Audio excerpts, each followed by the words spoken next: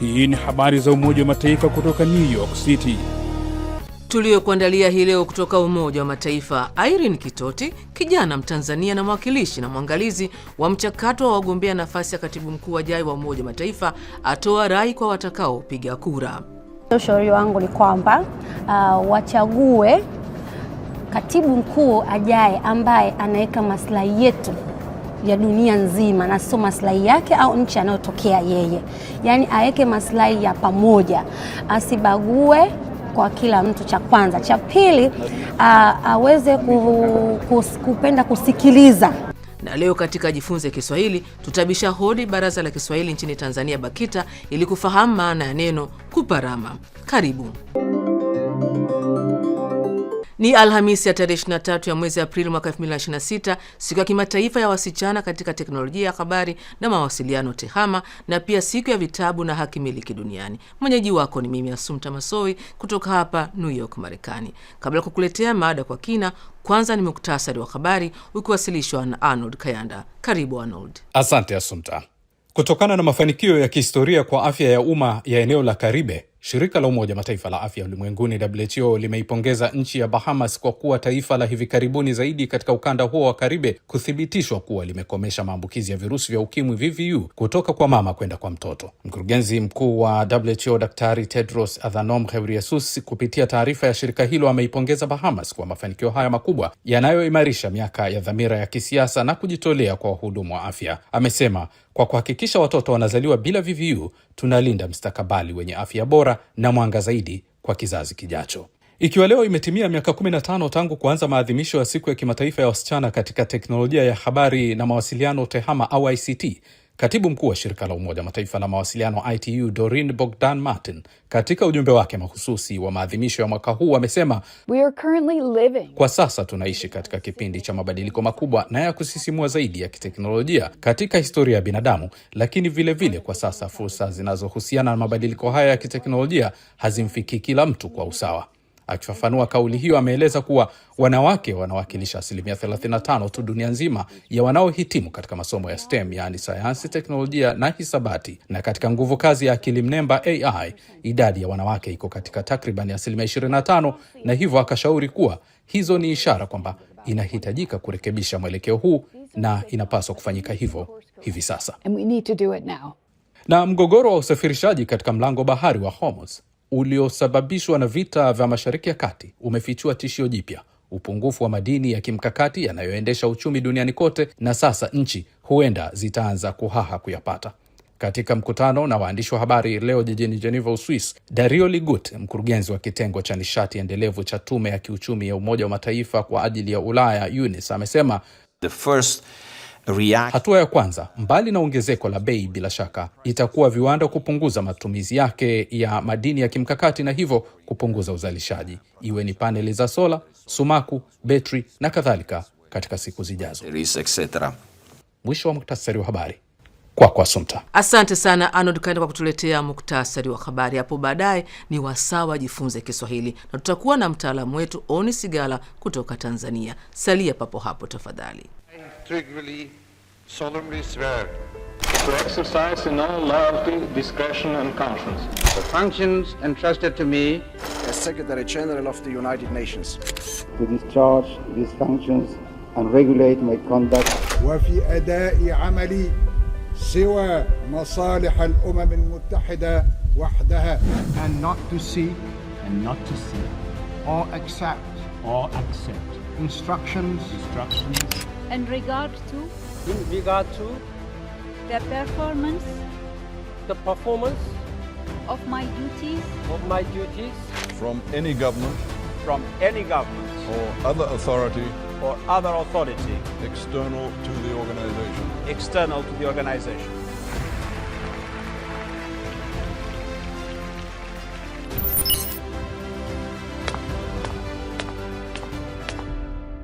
Naam, ni habari za Umoja Mataifa kutoka hapa Marekani kupitia chaneli yetu ya YouTube Habari za UN na pia televisheni wa shirika. Na unaweza kutembelea wavuti wetu news.un.org/sw kwa taarifa na makala. Mimi ni Asumta Masoi, tunasonga mbele na sasa ni wasawa mada kwa kina.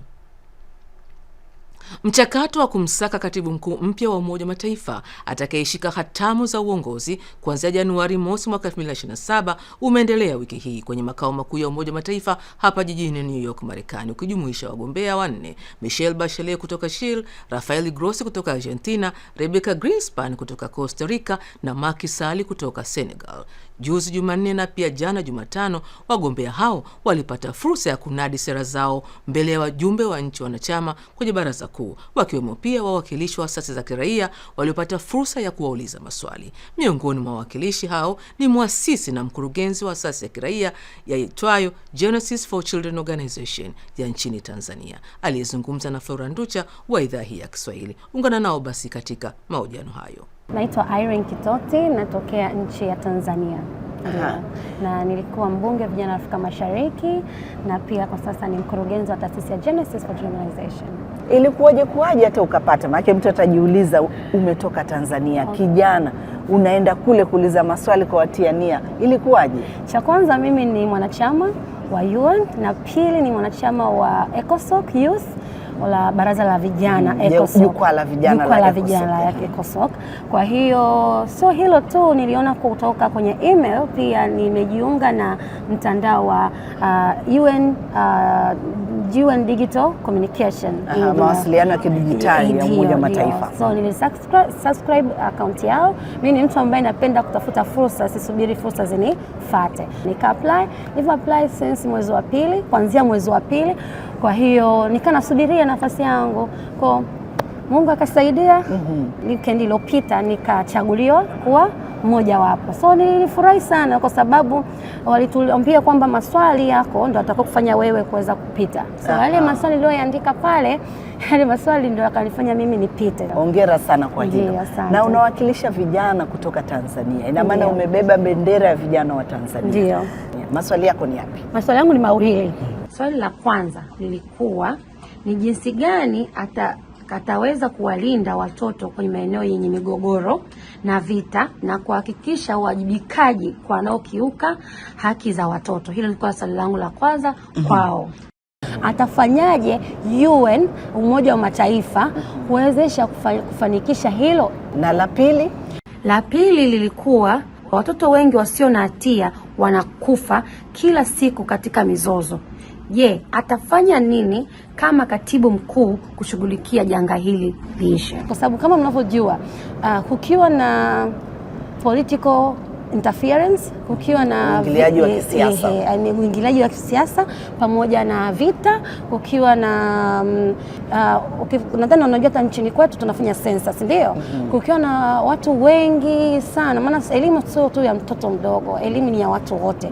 Kwa nchi kama nchi yoyote ile itakuwa inashindwa kumpa yule mtu ambaye anahitaji kupata elimu akakosa uhuru wake. Lakini kusipo kuwepo na hivi vitu, je, atafanyaje kuwaeleza Umoja wa Mataifa kuweza kukabiliana na hivi vyote? Kwa mfano nadhani unaona nchi zingine zina vita, mfano huko siwezi kupataja sana, lakini ni kwamba je, wale watoto, wale vijana, hasa vijana, scholarships zao na wako vioni, wanasomaje? Hawana uhuru wa kwenda shule, hawana uhuru wa kuingia vioni. Kwa hiyo atafanyaje ili kuweza kulitatua hili, ili tuweze kupata uhuru wa elimu kwa haraka? Yes. Na mchakato huu wote, pamoja na kwamba sasa wanaelezea nia zao na kuelezea jinsi gani wataongoza Umoja wa Mataifa, mwisho wa siku nchi wanachama watapiga kura sasa kumchagua huyo katibu mkuu ajaye miongoni mwa wale waliotia nia.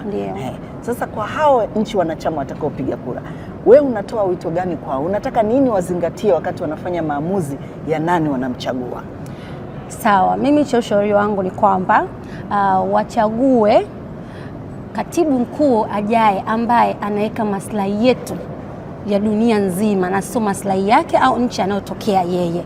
Yaani aweke maslahi ya pamoja, asibague kwa kila mtu, cha kwanza. Cha pili, aweze kupenda kusikiliza na sio tu kuletewa mezani na kusema kufanyia kazi, lakini aweze kufanya meetings na mikutano mingi na vijana pamoja na watu wote dunia, sababu katibu mkuu, nafasi ya katibu mkuu anawakilisha dunia nzima, yani majukwaa yote. Kwa hiyo anatakiwa atuweke sisi mbele na sio kujiweka yeye mwenyewe na nchi anayotokea. Yani huyo mpiga kura ajue kwamba anaenda kumchagua katibu mkuu ambaye ataenda kusimamia maslahi yake na asiweke mambo ya kisiasa.